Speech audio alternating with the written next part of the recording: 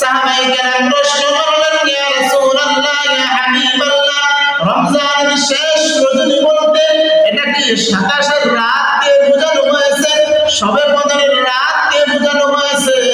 আল্লাহর নবী বললেন, ও সাহাবায়ে কেরাম, না না না, এটা 27 রাতকে বোঝানো হয় নাই, এটা শবে কদরের রাতকেও বোঝানো হয় নাই।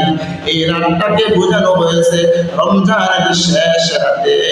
1 মাস সিয়াম সাধনা করার পরে আমার আল্লাহ খুশি হইয়া রোজাদার বান্দা আর বান্দীদের পুরস্কার দিয়ে থাকেন।